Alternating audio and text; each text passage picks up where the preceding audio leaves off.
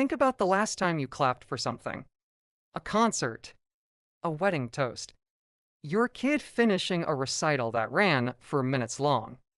You've done this thousands of times in your life, and nobody ever taught you how. There's no sheet music for applause, no rehearsal, no conductor standing at the front of a room counting you in. And yet, you've felt this even if you've never put a name to it. A room full of complete strangers will often reliably snap into the exact same clapping rhythm within a few seconds. No agreement, no signal, nobody in charge, which, if you actually stop and think about it, shouldn't be possible. Stop 100 people on the street and ask them to independently start clapping at the same instant, and you'll get noise. 100 different tempos crashing into each other. Put those same 100 people in a theater after a good show, and somehow, without anyone deciding it should happen, they lock into one shared pulse. So the interesting question was never, why do people clap? It's, if nobody's conducting this, then what is? It turns out physicists have actually recorded the answer, with microphones hanging from the ceilings of concert halls. A physicist spent years studying exactly this, and what he found is that applause behaves like a very specific kind of system, one that shows up constantly in nature, with nothing to do with clapping at all. Fireflies do it. Certain species start out flashing on their own random schedules, and gradually drift into flashing at the exact same moment, thousands of them blinking together like one organism. Pendulum clocks do it too. Mount two clocks on the same wall, and through vibrations too small to feel, they'll slowly creep into sync, ticking in lockstep purely because they're connected through the same surface. Physicists have a name for this: coupled oscillators. Anything with its own rhythm, loosely connected to other things with their own rhythm, tends to drift toward matching them, which makes a packed theater, functionally, a room full of coupled oscillators wearing shoes. And his team found something else, almost by accident, that makes this land even harder. They asked high schoolers to clap the way they would after a great show. Just clap, at whatever speed felt natural. The rates were all over the place, anywhere from 3 to 5 claps a second, no consistency at all. Then they asked the same students to simulate synchronized clapping, to fake the sound of a unified crowd alone in a room with nobody else clapping at all. And almost everyone converged on the same rate, about 2 claps a second. Slower, consistent, nearly identical across people who'd never discussed it.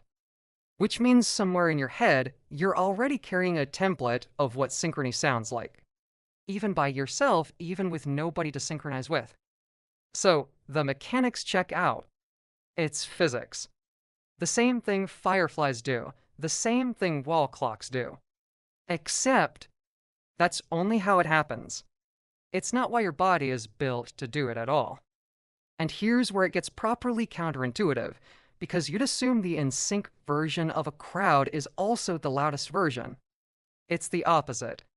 When applause synchronizes, the overall volume actually drops.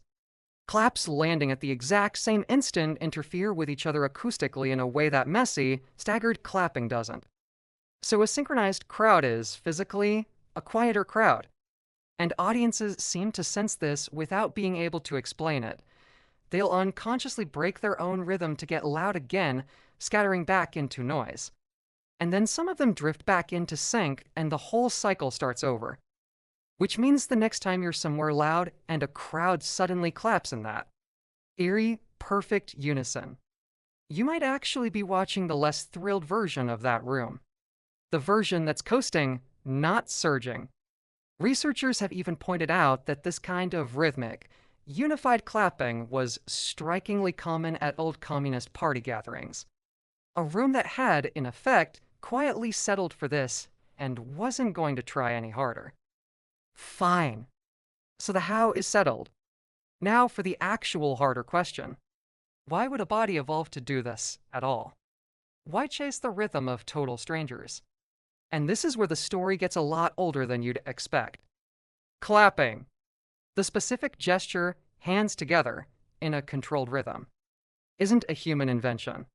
It shows up almost exclusively in great apes. Chimpanzees clap. Bonobos clap. Gorillas and orangutans clap. Monkeys, despite being what most people picture when they think primate, largely don't. Which places clapping somewhere very specific on the evolutionary tree. Old enough to predate humans entirely, recent enough that it belongs to great apes specifically, not primates broadly. And researchers who have actually watched captive chimps do this notice something telling. They clap more, specifically, when a human they're trying to reach isn't looking at them. As a, hey, over here. An attention-grabbing tool long before it meant anything like approval. One theory even traces it back further still, suggesting clapping may have evolved out of more primal body slapping displays common in excited primates. Which is a genuinely fun mental image, though it's worth saying plainly, that's an interpretation researchers have proposed, not a settled fact. Either way, somewhere in the deep evolutionary past, before language, before theater, before applause meant, I liked that, its entire job was just to make a noise loud enough to turn another creature's head. So how does look at me turn into we are now, as a room, doing this together? On purpose at the same time. That's a different body of research. Not physics this time. Psychology. There's a well-known set of experiments where researchers had total strangers do simple synchronized physical activities together. Walking in step, singing in unison, tapping a rhythm side by side. Nothing designed to be moving or emotional. And afterward, in a completely unrelated task, the people who'd moved in sync were measurably more cooperative with each other, even when cooperating cost them something personally. And this held even when the synchronized activity hadn't felt particularly fun or meaningful in the moment. Researchers call this muscular bonding. And some research even suggests that how loudly you personally clap has less to do with what you actually thought of the performance, and more to do with simply feeling like part of the group that just experienced it together. Which reframes applause completely. It's not a compliment aimed at a performer. It's a test your body is quietly running on the room. A fast, wordless way of proving, I will match my behavior to this group before a single sentence gets exchanged. That's the behavioral half. There's a separate, older idea about what it feels like from the inside, from a sociologist named Mal Durkheim, who studied what happens when groups gather and do something together. A ritual, a chant, a shared moment. He called it collective effervescence, a kind of electricity in the room, an emotional charge bigger than any one person's individual feeling that seems to come from nowhere except everyone doing the same thing at once. Two genuinely different ingredients, not one blurry idea. Muscular bonding is what your behavior does. It makes you more cooperative afterward, whether you notice it or not. Collective effervescence is what it feels like from the inside. The buzz of being pulled into something bigger than yourself. One shows up measurably in a lab. The other is something you've felt plenty of times and just never had a word for. Put those two things together, and applause stops looking like manners. It looks like infrastructure.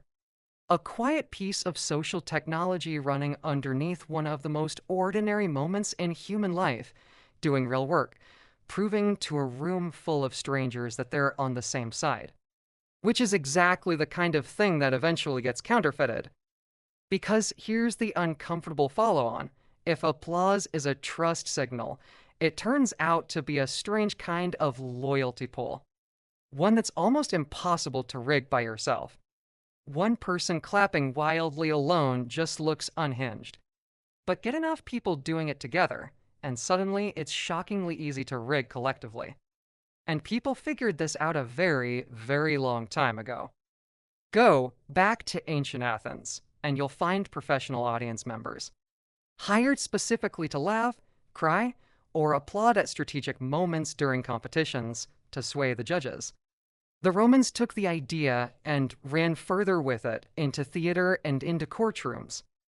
There are accounts of the Emperor Nero keeping a personal claque.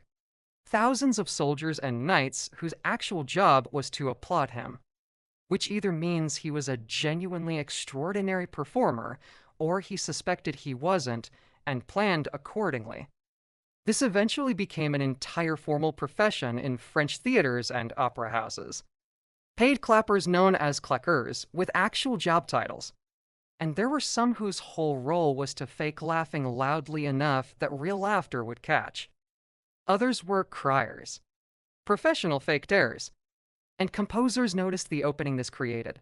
Several, including Mahler, Schumann, and Mendelssohn, started requesting their pieces be performed without breaks between movements, specifically so there'd be no natural gap for a claque to seize. Which is a strange thing to sit with. The spontaneous, unified sound of a crowd has been a purchasable product for over 2,000 years. Roman politicians did something similar with real, unpaid crowds, reportedly gauging how well a speech had landed by timing how long and how loud the applause ran afterward. Which is, if you think about it, just an early, embodied version of a poll. But the darkest version of this isn't paid clappers. It's when the applause stops being optional at all. There's a well-known account from Alexander Solzhenitsyn describing a room bursting into a standing ovation after a party conference speech during the Stalin era, and nobody willing to be the one who stopped first. Everyone standing, everyone clapping, everyone terrified of being seen as the person who didn't love it enough. The story goes this went on for what felt like forever, until finally, one man, a factory director, sat down before the room followed, and that same night, he was arrested. During his interrogation, he was reportedly told, more or less, never be the first one to stop applauding.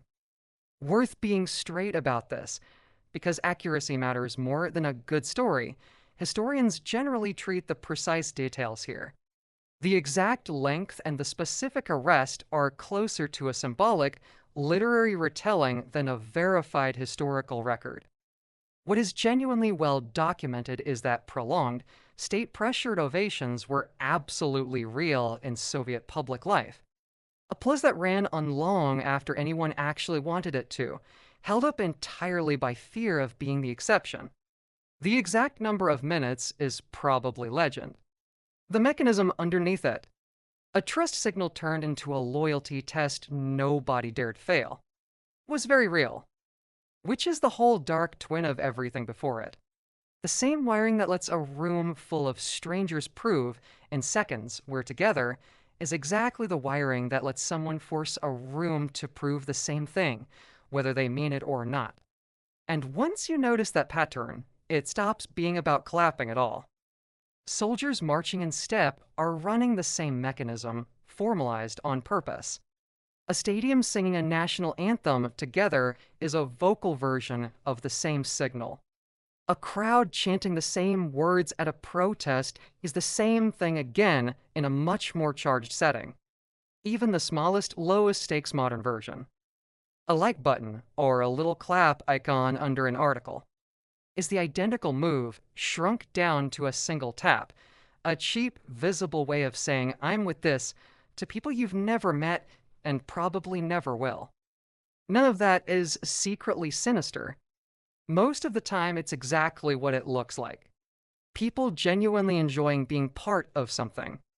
But now, you know the mechanism sitting underneath it, which means you also know precisely how it can be pointed the other way. So the next time you're in a crowd and applause breaks out, and for a second the whole room claps in that same strange unison, it's worth actually noticing it. Not just as a nice moment. As a very old, very physical piece of machinery, doing exactly what it's always done, letting a room full of strangers prove, without a single word, that they belong to each other. Whether that's genuine, or whether someone built it that way on purpose, is a question worth asking pretty much everywhere you see it happen again. Until next time, stay curious, and I'll see you elsewhere.